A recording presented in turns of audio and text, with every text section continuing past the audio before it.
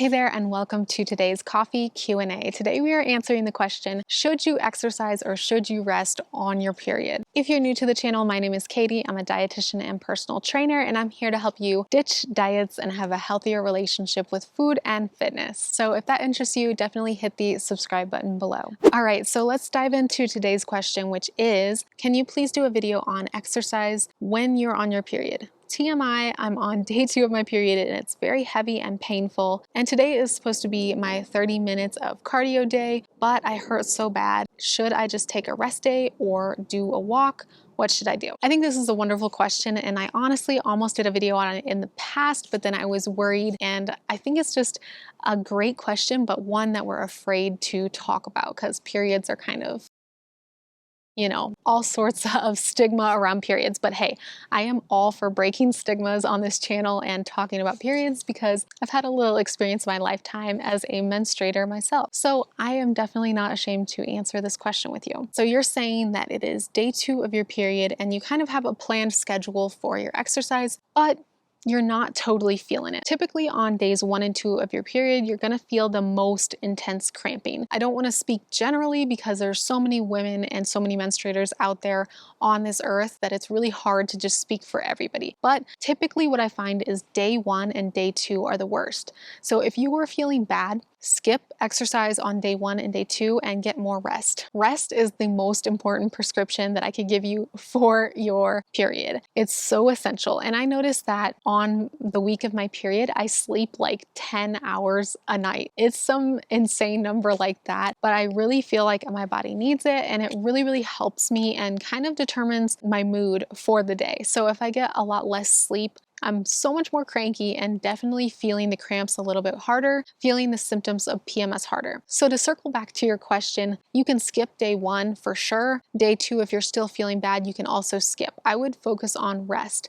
Now, if you're starting to feel a little bit better on day 2, day 3, day 4, definitely start to incorporate some exercise because getting moving can help kind of distract you from feeling icky and feeling those PMS symptoms. Light exercise can actually be really, really good for PMS. It just depends on what you're doing.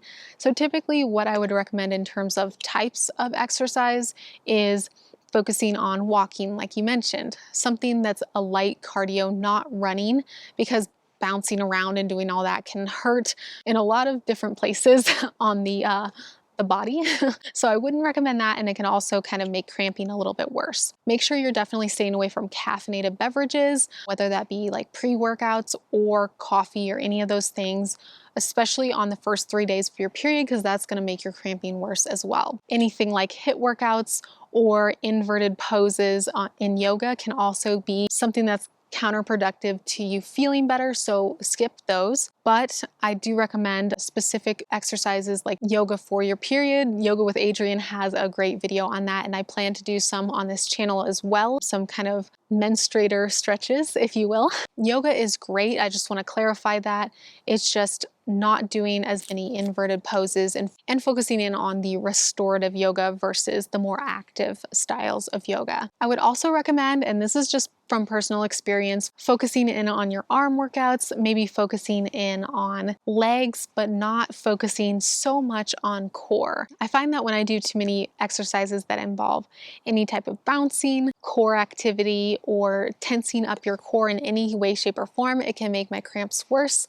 So just make sure to stay away from those types of exercises. And one more thing to not neglect is your foam rolling routine. So I know we mentioned like yoga and stretching and light walking, but one thing that I've really found is a game changer to my period routine is incorporating the foam roller. I will definitely plan to do more videos on this specific type of stretch on the channel, so look out for those in the future. But I recommend really getting your lower back and doing a lot of stretches with the lower back. Even if it's yoga without a foam roller, you can still do the lower back stretches, but the foam roller really helps dig in and loosen up those lower back muscles that tend to really tense up in the first 1 to 2 days of our period. I've also found that a forward fold really helps. Child's pose and camel pose are really great stretches from traditional yoga practice that so help my back when I'm feeling in pain. But again, check with your doctor and see what works for you, because again, this is all individual. Thank you so much for joining me for today's Q&A. If you have any questions of your own, make sure to leave them in the comment section below.